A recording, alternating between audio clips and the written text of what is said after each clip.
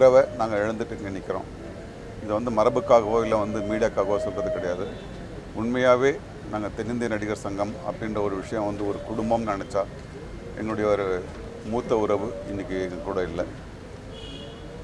இன்றைக்கி தென்னிந்திய நடிகர் சங்கத்தில் ஒரு பெரிய மாற்றம் நடந்திருக்குன்னா அதுக்கு முதல் குரல் எந்த ஒரு எதிர்பார்ப்பும் இல்லாமல் அண்ணன் கோரிமுத்து அண்ணன் கொடுத்த குரல் தான் எங்களை வந்து இவ்வளோ தூரம் கொண்டு வந்திருக்கு.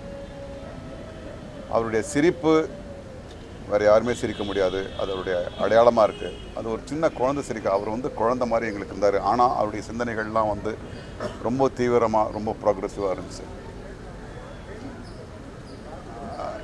இந்த போராட்டம் இந்த போராட்டம் இன்னைக்கு இந்த இழப்பிலையும் எங்களுக்கு ஒரே ஒரு சின்ன ஆறுதல் என்னன்னா, இந்த இழப்பை வந்து ஈடுகட்டவே முடியாது. பட் அதில் ஒரு சின்ன ஆறுதல் எங்களுக்கு என்னென்னா, அவர் எதுக்காக இந்த ஒரு போராட்டத்தை கையெடுத்துக்கிட்டாரோ அதை வந்து எங்களால் வந்து நிறைவேற்றி வச்சு அந்த நடிகர் சங்க இடத்த ஒரு பொது இடமாக மாற்றினது.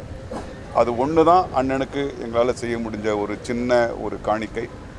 மற்றபடி ஒரு நல்ல நடிகர் என்பதை விட நாங்கள் அவரை ஒரு நல்ல ஒரு தீர்க்கமான போராளியாக நல்ல மனிதராகத்தான் நாங்கள் பார்க்கின்றோம். அவருடைய குணங்களை ஏதாவது ஒன்று எடுத்துக்கிட்டு நாங்கள் எங்களுடைய வாழ்க்கையில் நாங்கள் பின்பற்றணும். இதுதான் என்னுடைய ஆசை. மற்றபடி ஒரு நிறைவு செய்ய முடியாத ஒரு வெற்றிடத்தை தான் அவர் விட்டுட்டு போயிருக்கார். நன்றி.